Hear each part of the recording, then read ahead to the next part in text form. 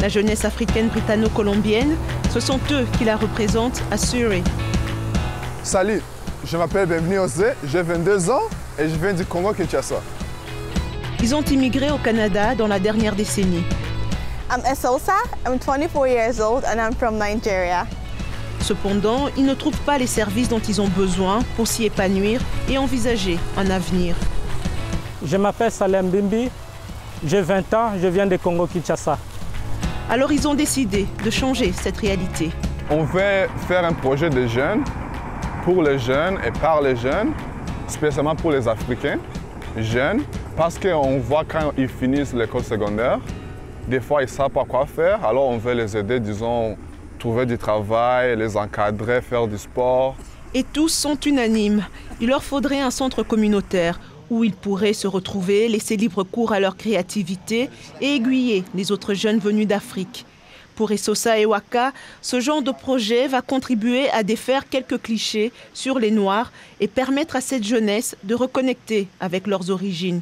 It would have been easier for me if I had like a black community, because that support, you know, they definitely understand how you feel. Because one thing I've noticed is, I never knew it was true, but like when you move from one country to another, there's definitely a disconnect.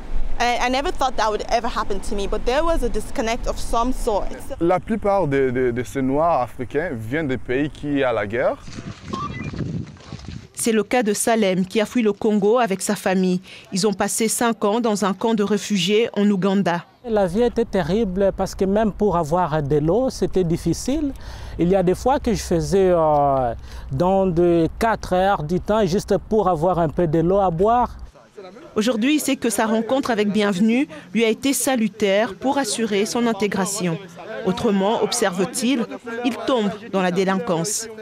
Quand je suis arrivé ici, il y avait Bienvenue qui m'a orienté. Donc, en ayant des services comme ça, de jeunes, ça aide tous les jeunes qui sont immigrés ici.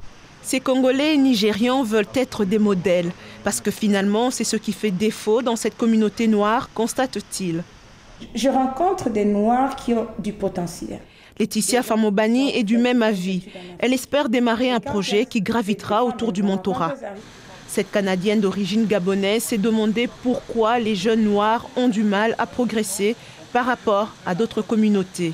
On peut facilement associer chaque jeune à un mentor qui va aider le jeune à, à quasiment bâtir un plan de vie, vie. Donc ça peut être par exemple repartir à l'école, ça peut être par exemple créer une petite entreprise, juste pour que le jeune puisse s'intégrer de nouveau dans la société. En quête de services et de figures modèles, ces jeunes se sont tournés vers Paul Moulangu, installé ici depuis les années 1990. Celui-ci croit que le gouvernement canadien a oublié la jeunesse africaine.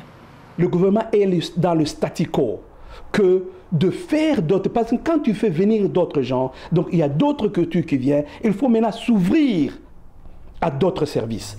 Un centre communautaire pour la jeunesse africaine serait donc pour ces Africains déracinés un lieu qui permettrait de conserver leur culture tout en tissant des liens avec leur communauté d'accueil. Ici Noémie Mukanda, Radio-Canada, Surrey.